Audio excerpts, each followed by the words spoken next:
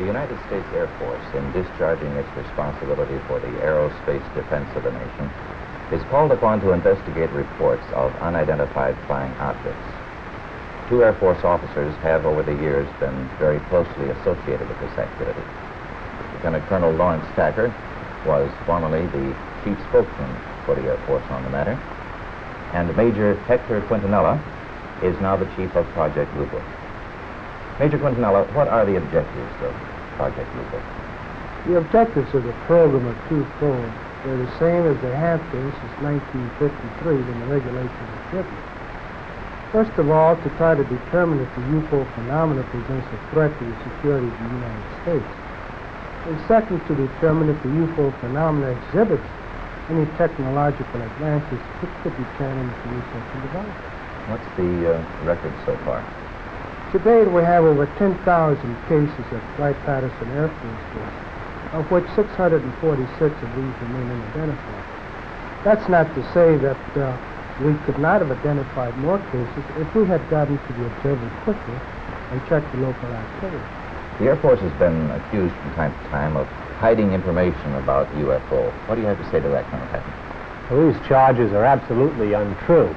Actually, the United States Air Force releases statistics on the UFO phenomena through the Department of Defense press desk periodically, and we've always honored accredited media when they want to investigate a given specific sighting. There's nothing to hide? There's nothing to hide at all. Is there anything in the files, either classified or unclassified, that would indicate that there may be extraterrestrial visitors over here? First of all, the project is completely unclassified.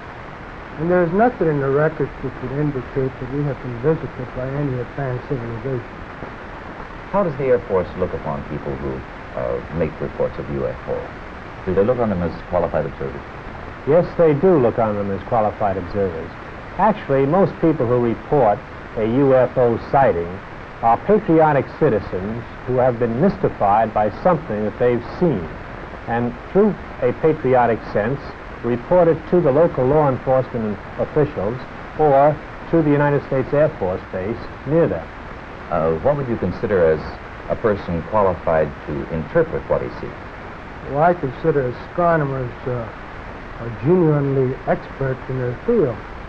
First of all, they have a tremendous advantage over the other physical scientists, and that is that they have powerful telescopes and photographic equipment to confirm their interpretation. Do astronomical laboratories make any contribution to the UFO program? In a negative way, they do, because I've never received a UFO report from an observatory. Not a one?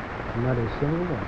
Well, how about the tracking and detection facilities that the Air Force itself has? How does this fit the program? Well, actually, to begin with, the United States Air Force is charged by an act of Congress with the air defense of the United States. And the North American Air Defense Command and the Air Defense Command have space tracking facilities which are constantly on the alert 24 hours a day. We're interested in anything that flies in our atmosphere.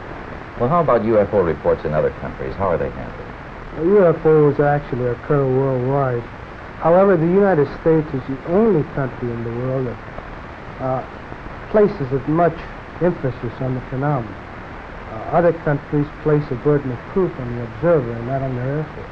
And that would make your job a lot easier if they did that here. Yes, it would. Thank you, Colonel Tacker, Major Quintanilla. I would like to close by reading a very brief excerpt from the report of the Air Force's Scientific Advisory Board, which they made recently upon completing a detailed review of the subject of UFO. This is a statement. The committee concluded that in the 19 years since the first UFO was sighted, there has been no evidence that unidentified flying objects are a threat to our national security.